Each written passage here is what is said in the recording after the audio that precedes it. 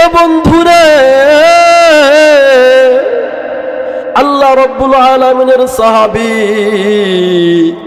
আল্লাহর পয়গম্বরের সাহাবী, আল্লাহ রব্বুল আলামিন মা বাবার কেমন সম্মান দিয়েছে, মা বাবার কেমন মর্যাদা দিয়েছে তাফসিরে মারিফুল কোরআনের মধ্যে পাওয়া যায়।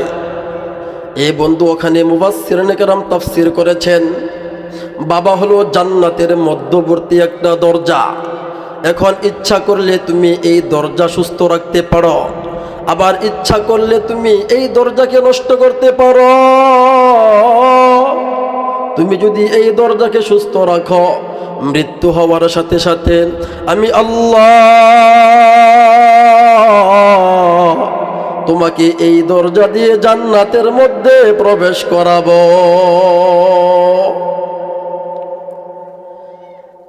এ বন্ধু,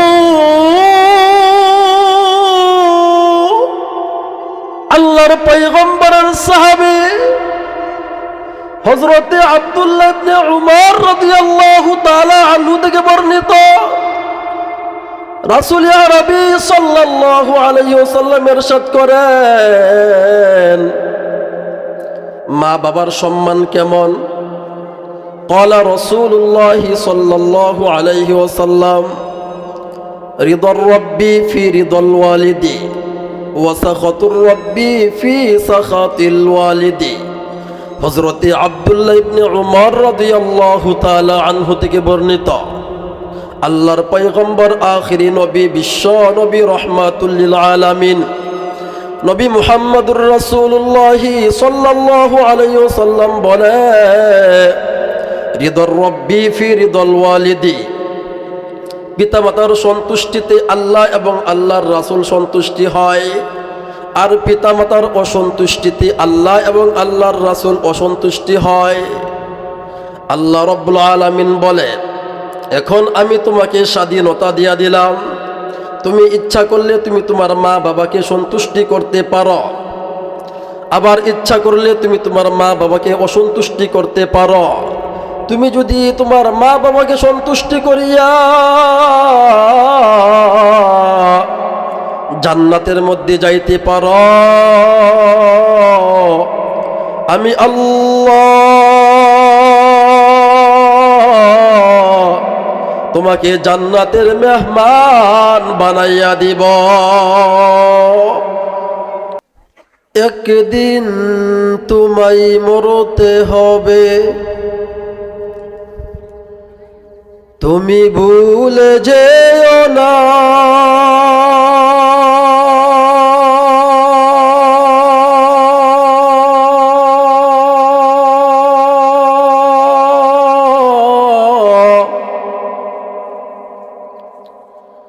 হবে মাটির বিছানা গো তোমায় আসল ঠিকানা।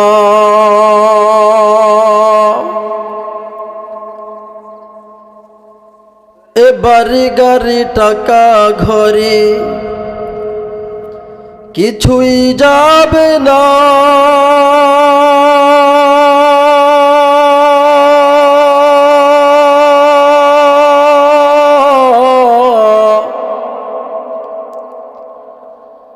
তিন টুকরা কাপড় ছাড়া কিছুই পাবে না।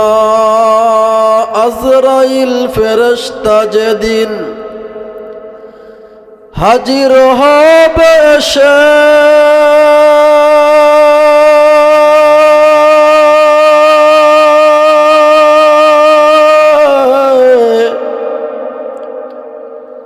এই দুনিয়া ছেড়ে তোমায়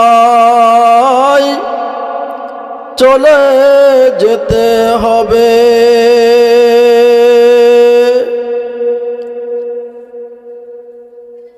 মা দর্দ জাহা গাইরে খুদা यार নদারম,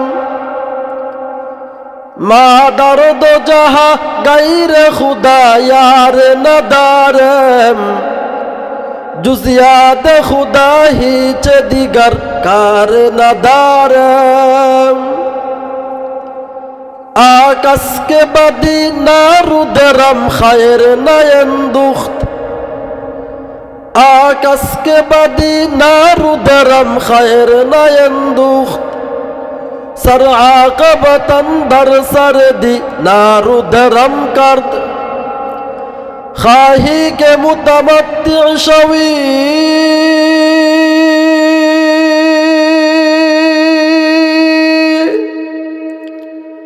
از نعمت دنیا بخلق کرم کنت خدا با تو کرم کرد خواهی که متمتع شوی از نعمت دنیا بخلق کرم کنت خدا با تو کرم کرد با خلق کرم کنت خدا با تو کرم کرد الحمدللہ আল্লাহ পাক রব্বুল আলামিনের দরবারে লাখো কোটি শুকর ও সুজুদ যে মহান রব্বে কারীম আমাদেরকে অত্যন্ত দয়া করে মায়া করে ভালোবেসে মোহাব্বত করে 10 মায়ের 10 সন্তানকে একই জায়গায় জুড়ে মিলে বসে দিনই কিছু কথাবার্তা বলার মতো এবং শুনবার মতো তৌফিক দান করেছেন সেই মহান রবের দরবারে সর্বপ্রকার কৃপণতা বাদ দিয়ে সিনার মধ্যে যত শক্তি আছে সমস্ত শক্তিকে ব্যয় করে আল্লাহ তাআলাকে রাজি খুশি করার উদ্দেশ্যে একবার কালিমাতু শুকর আদায় করি আলহামদুলিল্লাহ। মুহতারাম হাজিরিন, অনেক রাত্র হয়ে গেছে, সময় খুবই অল্প, আমার শরীরটাও অনেক খারাপ, অনেক জায়গায় যেতে হয়। তো আপনারা কি রাগ করছেন? মনে করে কষ্ট আছে? যদি অল্প কিছুক্ষণ সময় আলোচনা করে থাকবেন তো ইনশাআল্লাহ। মুহতারাম হাজিরিন, আমি আলোচনায় প্রবেশ করার পূর্বে আপনাদের ঈমানটাকে একটু পরীক্ষা করতে চাই। অনেকের ঘুম ঘুম ভাব আইসা গেছে, ওই ঘুমটাকে আমি দূরে সরাতে চাই। আপনারা আমার সাথে একটা তাকবীর দিতে পারবেন তো ইনশাআল্লাহ? এমন জোরে একটা তাকবীর দিবেন, দোকানে চাষটলে রাস্তাঘাটে যেই সমস্ত যুবক ভাইয়েরা বৃদ্ধ বাবারা বসে আছে সবাই যেন হামা গুড়ি দিয়ে আমাদের ময়দানে চলে আসে। পারবেন তো ইনশাআল্লাহ? যুবক ভাইয়েরা পারবেন না? নারে তাকবীর! হাই হাই সর্বনাশ! এই আওয়াজে মুসল্লি আসবে তো দূরের কথা, বাতিল তো বই পাবে না। নারে তাকবীর! আওয়াজ আরো দিতে হবে। মুহতারাম হাজিরিন, আওয়াজ কিভাবে দিতে হবে?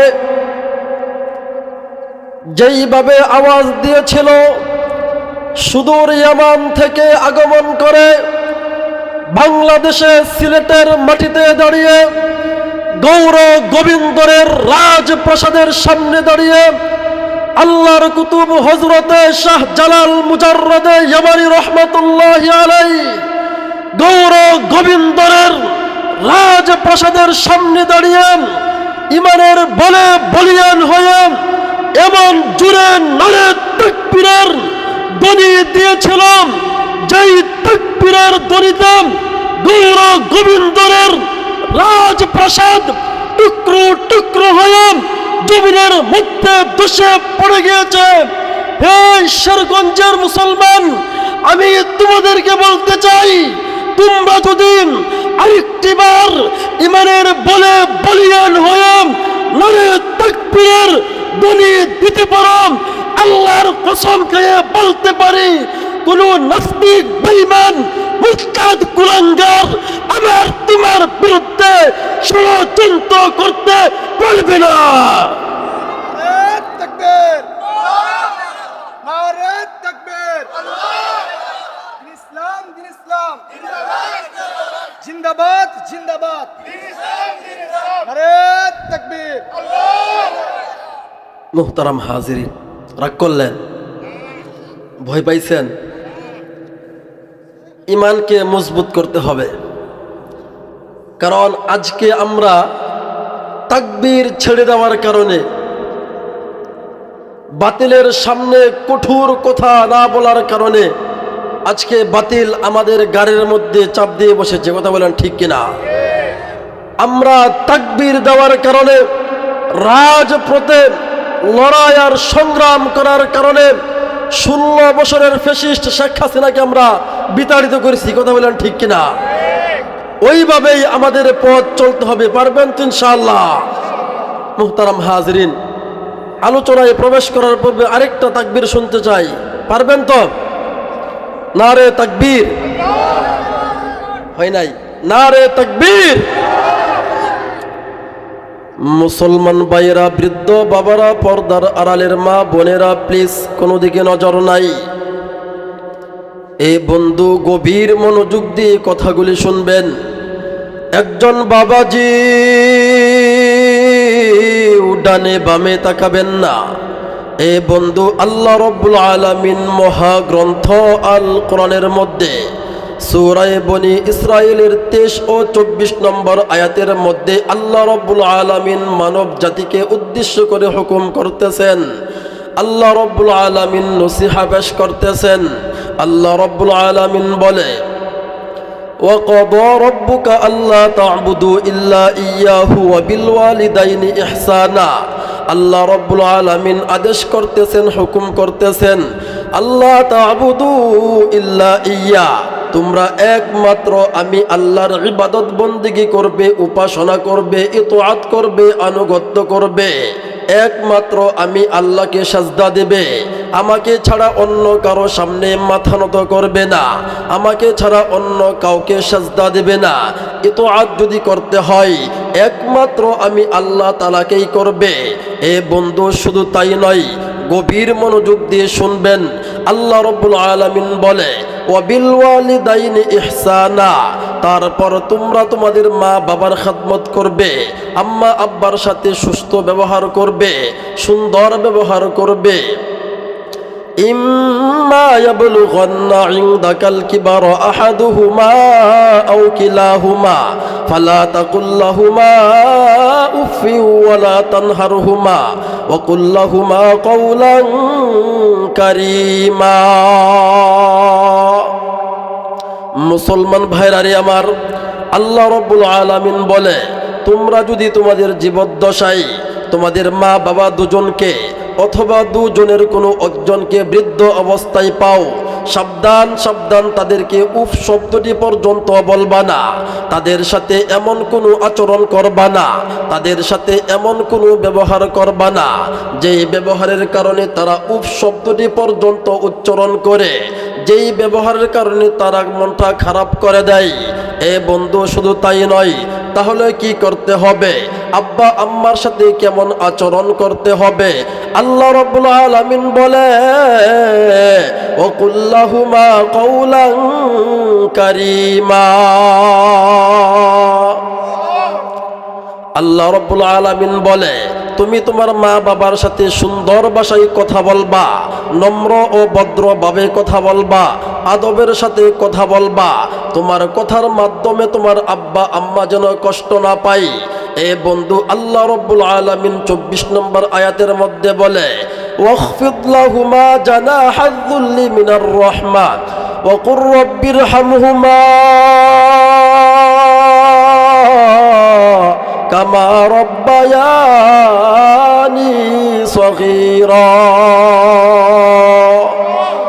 মুসলমান ভাইয়েরা, বৃদ্ধ বাবারা, পর্দার আড়ালের মা বোনেরা, খুব খেয়াল করে কথাগুলি শুনবেন। আল্লাহ রাব্বুল আলামিন 24 নম্বর আয়াতের মধ্যে বলে, তোমরা তোমাদের মা বাবার সামনে তোমাদের পাখাগুলি সুন্দর করে বিছিয়ে দিবা, তোমাদের ডানাগুলি সুন্দর করে বিছিয়ে দিবা। তারা যেইভাবে ইচ্ছা তোমাকে সেইভাবে ব্যবহার করবে। এবং আমি আল্লাহর দরবারে দোয়া করো, রব্বিরহামহুমা কামা রাব্বায়ানি সগীরা। আমি আল্লাহকে ডাক দিয়া বলো, আল্লাহ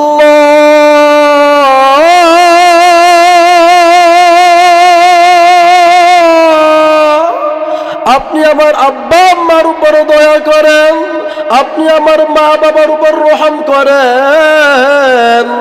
তারা যেইভাবে আমাকে ছোট সময় লালন পালন করেছে, তারা যেইভাবে আমাকে ছোট সময় আদর যত্ন করেছে, আয় আল্লাহ আপনি সেইভাবে আমার বৃদ্ধা মা বাবার উপর দয়া ও রহম করেন।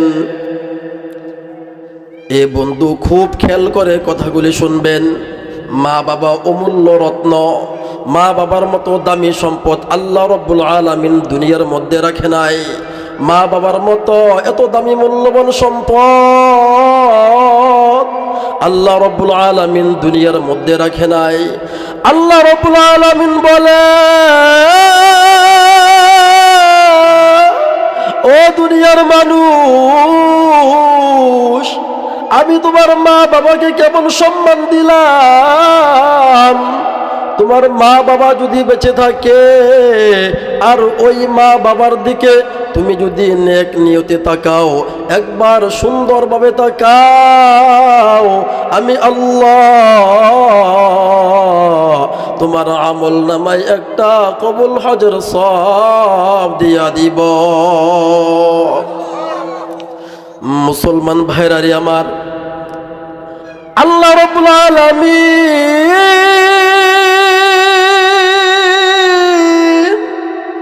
এত সম্মান কেন দিলেন? আল্লাহ রাব্বুল আলামিন এত মর্যাদা কেন দিলেন? এ বন্ধুরে, আল্লাহ রাব্বুল আলামিনের সাহাবী, আল্লাহর পয়গম্বরের সাহাবী, আল্লাহ রাব্বুল আলামিন মা বাবার কেমন সম্মান দিয়েছে, মা বাবার কেমন মর্যাদা দিয়েছে, তাফসিরে মারিফুল কোরআনের মধ্যে পাওয়া যায়। এই বন্ধু ওখানে মুফাসসিরিনে কেরাম তাফসির করেছেন, বাবা হলো জান্নাতের মধ্যবর্তী একটা দরজা।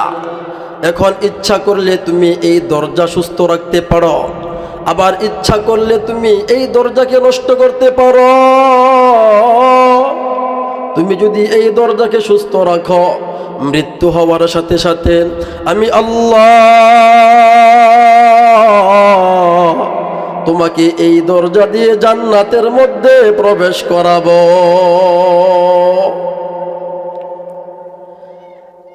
এ বন্ধু, আল্লাহর পয়গম্বরের সাহাবী হযরতে আব্দুল্লাহ ইবনে উমর রাদিয়াল্লাহু তাআলা আনহু থেকে বর্ণিত, রাসূল আরবি সাল্লাল্লাহু আলাইহি ওয়াসাল্লাম ইরশাদ করেন, মা বাবার সম্মান কেমন? قال رسول الله صلى الله عليه وسلم رضا الرب في رضا الوالد وسخط الرب في سخط الوالد। হযরতে আব্দুল্লাহ ইবনে উমর রাদিয়াল্লাহু তাআলা আনহু থেকে বর্ণিত, আল্লাহর পয়গম্বর আখিরি নবী, বিশ্ব নবী, রহমাতুল লিল আলামিন নবী মুহাম্মদুর রাসূলুল্লাহ সাল্লাল্লাহু আলাইহি ওয়াসাল্লাম বলে, রিদর রব্বি ফি রিদল ওয়ালিদি, পিতামাতার সন্তুষ্টিতে আল্লাহ এবং আল্লাহর রাসূল সন্তুষ্টি হয়, আর পিতামাতার অসন্তুষ্টিতে আল্লাহ এবং আল্লাহর রাসূল অসন্তুষ্টি হয়। আল্লাহ রাব্বুল আলামিন বলে, এখন আমি তোমাকে স্বাধীনতা দিয়া দিলাম, তুমি ইচ্ছা করলে তুমি তোমার মা বাবাকে সন্তুষ্টি করতে পারো, আবার ইচ্ছা করলে তুমি তোমার মা বাবাকে অসন্তুষ্টি করতে পারো। তুমি যদি তোমার মা বাবাকে সন্তুষ্টি করিয়া জান্নাতের মধ্যে যাইতে পারো, আমি আল্লাহ তোমাকে জান্নাতের মেহমান বানাইয়া দিব। আর যদি তুমি তোমার মা বাবাকে নাখাস করিয়া, তুমি যদি তোমার মা বাবাকে অসন্তুষ্টি করিয়া কবরের মধ্যে আসো, আমি আল্লাহ তোমাকে জাহান্নামের মধ্যে পাঠাইয়া দিব। এ বন্ধু, মা বাবা অনেক দামি সম্পদ। আল্লাহর পয়গম্বর বলে মা বাবা কেমন দামি সম্পদ। ইন্নাল্লাহা হাররামা আলাইকুম উকুকাল উম্মাহাত। আল্লাহর পয়গম্বর বলে সন্তানের জন্য মা বাবার সাথে নাফরমানি করা হারাম। কোনো সন্তান যেন মা বাবার সাথে নাফরমানি না করে, কোনো সন্তান যেন মা বাবাকে ধমক না দেয়, কোনো সন্তান যেন মা বাবাকে কষ্ট না দেয়। যেই সন্তান মা বাবাকে কষ্ট দিবে, যেই সন্তান মার কলিজায় আঘাত দিবে, যেই সন্তান বাবার কলিজায় আঘাত দিবে, আমি আল্লাহ কাল হাশরের ময়দানে ওই সন্তানকে জাহান্নামের মধ্যে পাঠাইয়া দিব। মুসলমান ভাইরা রে আমার, আল্লাহর পয়গম্বরের আরেকটা হাদিস আমি আপনাদেরকে শুনাই। عن عبد الله بن عمر رضي الله عنه قال قال رسول الله صلى الله عليه وسلم لا يدخل الجنة منان ولا عاق ولا مدمن خمر। আল্লাহর পয়গম্বরের সাহাবী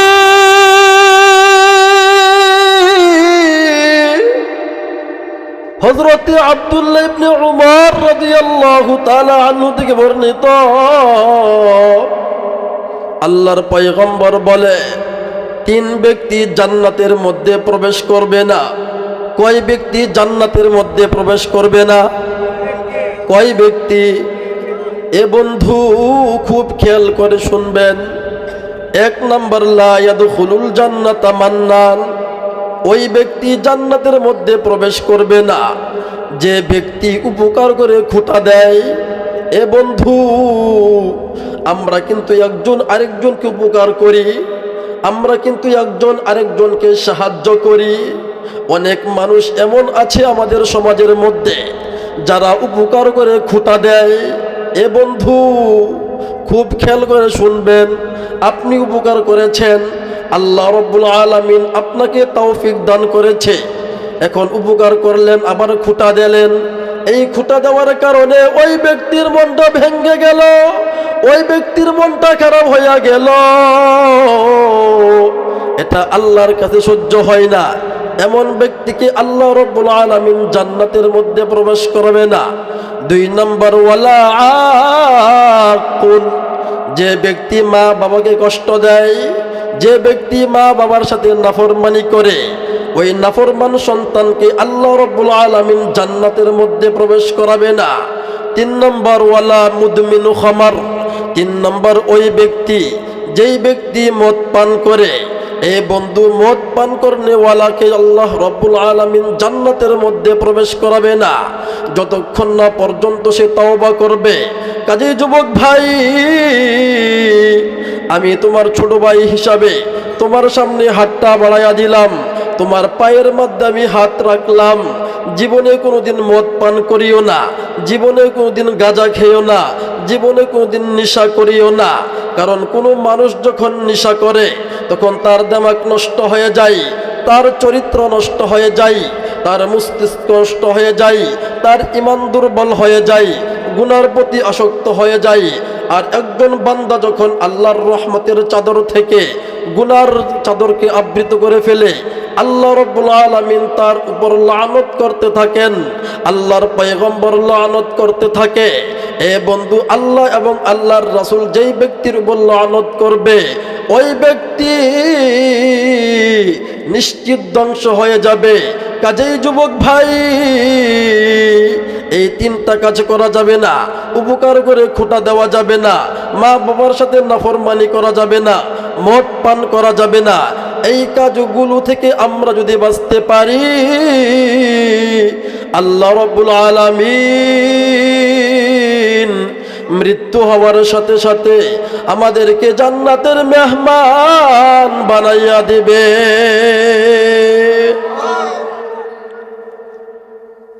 মুহতারাম হাজিরিন, এখন আমার সমাজের মধ্যে এমন কিছু লোক আছে, এমন কিছু যুবক আছে, এমন কিছু সন্তান আছে যারা মাকে মা বলে মনে করে না। কথা বলেন ঠিক কিনা?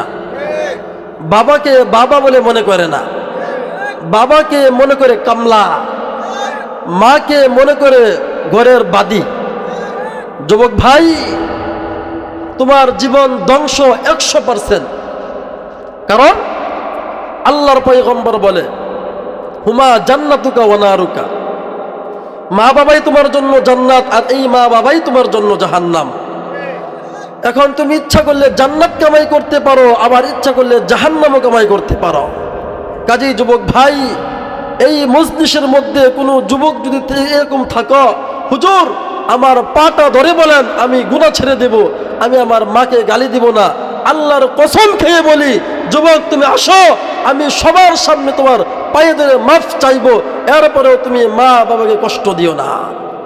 শান্তি নাই, সন্তানের মাধ্যমে মা শান্তি পাচ্ছে না, বাবার মাধ্যমে সন্তান, সন্তানের মাধ্যমে মা বাবা শান্তি পাচ্ছে না, সমাজ শান্তি পাচ্ছে না, শুধু অশান্তি আর অশান্তি।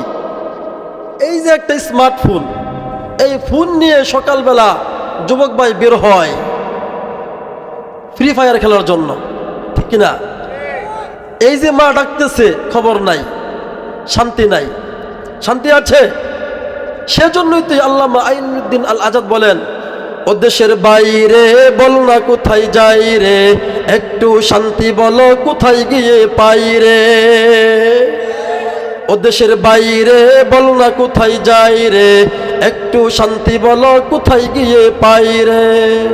চারদিকে শুনে শুধু নাই কিছু নাই রে, চারদিকে শুনে শুধু নাই কিছু নাই রে। ও দেশের বাইরে বল না কোথায় যাই রে, একটু শান্তি বলো কোথায় গিয়ে পাই রে। পানির কলে পানি নাই, তাতে কি আসে যায়, বিদ্যুতের খবর নাই, উন্নতির জোয়ার ভয়। কথা ঠিক না? পানির কলে পানি নাই, বিদ্যুতের খবর নাই, উন্নতির জোয়ার ভয়, তাতে কি আসে যায়। বিচারপতির বেতন আছে, বিচার কোথাও নাই রে, বিচারপতির বেতন আছে, বিচার কোথাও নাই রে। ও দেশের বাইরে বল না কোথায় যাই রে, একটু শান্তি বলো কোথায় গিয়ে পাই রে। বাজারটা গরম আছে, যাবেন না মাছের কাছে, পেঁয়াজের জাজ আছে, মরিচের জাল বেড়েছে। কথা ঠিক কিনা? বাজারটা গরম আছে, যাবেন না মাছের কাছে, পেঁয়াজের জাজ আছে, মরিচের জাল বেড়েছে। সেই জোয়ারে বেশে বেশে দেশ গেল গুল্লাই রে, সেই জোয়ারে বেশে বেশে দেশ গেল গুল্লাই রে।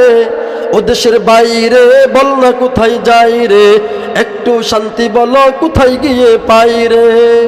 শান্তি পেতে হলে দিনের পথে আই রে, শান্তি পেতে হলে কোরআনের পথে আই রে, শান্তি পেতে হলে নবীর পথে আই রে। ও দেশের বাইরে বল না কোথায় যাই রে, একটু শান্তি বলো কোথায় গিয়ে পাই রে। কথা ঠিক কিনা? বাস্তব কিনা? এটাই কিন্তু বাস্তব।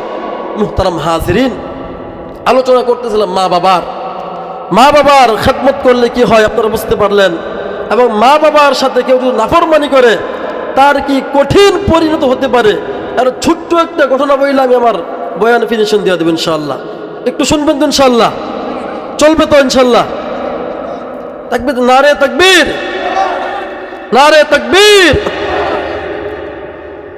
মুসলমান ভাইরা আমার, আল্লাহর রাসূলের সাহাবী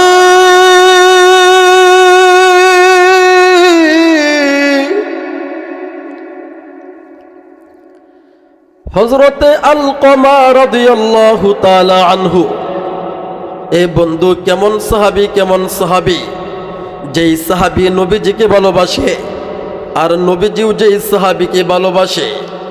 এ বন্ধু দুজন দুজনকে ভালোবাসে, ভালোবাসার কোনো কমতি নাই। খুব খেয়াল করে শুনবেন। এ বন্ধু আলকমা মৃত্যু শয্যায় কাতর, মৃত্যুর সাথে পাঞ্জা লড়তেছে, আত্মা ডুগু ডুগু করতেছে। মনে হয় প্রাণটা বের হয়ে যাবে, মনে হয় আত্মাটা বের হয়ে যাবে। এ বন্ধু কিন্তু পানটা বের হয় না, আত্মাটা বের হয় না। এই দিক দিয়া কালিমাও জুবান দিয়ে আসতেছে না। বারবার কালিমা পাঠ করার জন্য চেষ্টা করে, কিন্তু কালিমা পাঠ করতে পারে না। উপস্থিত সাহাবায়ে কেরাম আশ্চর্য হয়ে গেল, তাআজ্জুব হয়ে গেল, হাই হাই, কি ব্যাপার, কি ব্যাপার। আল্লাহর রাসূলের সাহাবী হযরতে আলকমা রাদিয়াল্লাহু তাআলা আনহু মৃত্যু শয্যায় কাতর, কিন্তু তার জুবান দিয়ে কালিমা আসে না কেন? এ বন্ধু, সবাই ভয় পেয়ে গেল। ওই দিক দিয়ে আলকমার বিবি জলদি করিয়া নবীজির দরবারে চলে গেল। এ বন্ধু, নবীজির দরবারে যাওয়ার পর নবীজিকে ডাক দিয়া বলল, ইয়া রাসূলুল্লাহ, ইয়া হাবিবাল্লাহ, আপনার সাহাবী আলকমা মৃত্যু শয্যায় কাতর, মৃত্যুর সাথে পাঞ্জা লড়তেছে, আত্মা ডুগু ডুগু করতেছে। আল্লাহর পয়গম্বর হযরতে বেলাল রাদিয়াল্লাহু তাআলা আনহুকে ডাক দিলেন। আল্লাহর পয়গম্বরের সাহাবী হযরতে বেলাল রাদিয়াল্লাহু তাআলা আনহু জলদি করিয়া নবীজির দরবারে চলে আসলো। এ বন্ধু, বেলাল রাদিয়াল্লাহু তাআলা আনহু নবীজির দরবারে আসার পর নবীজি কি বলল, ইয়া রাসূলুল্লাহ, ইয়া হাবিবাল্লাহ, লাব্বাইক, আমি উপস্থিত হয়েছি ইয়া রাসূলুল্লাহ। ইয়া রাসূলুল্লাহ, আপনি আমাকে ডাকছেন কেন? আল্লাহর পয়গম্বর বলে, হযরতে বেলাল, তোমার সহপাঠী আলকমা মৃত্যু শয্যায় কাতর, মৃত্যুর সাথে পাঞ্জা লড়তেছে, আত্মা ডুগু ডুগু করতেছে, মনে হয় প্রাণটা বের হয়ে যাবে, মনে হয় আত্মাটা বের হয়ে যাবে, কিন্তু আত্মা বের হয় না, জুবান দিয়া কালিমাটাও আসে না। তুমি যাও যাও, জলদি করিয়া আলকমার বাসায় চলে যাও। এ বন্ধু, হযরতে বেলাল রাদিয়াল্লাহু তাআলা আনহু জলদি করিয়া নবীজির কথা মতো আলকমার বাসায় চলে আসলো। এবার বেলাল রাদিয়াল্লাহু তাআলা আনহু তালকিন করা শুরু করলেন, কিন্তু জুবান দিয়া কালিমা আসে না। এ বন্ধু, গভীর মনোযোগ দিয়ে শুনবেন। দেখেন, মা বাবার সাথে খারাপ আচরণ করলে একজন সন্তানের কি পরিণত হতে পারে। আল্লাহর পয়গম্বরের সাহাবী হযরতে বেলাল রাদিয়াল্লাহু তাআলা আনহু তিনি কঠিন ভয় পেয়ে গেল।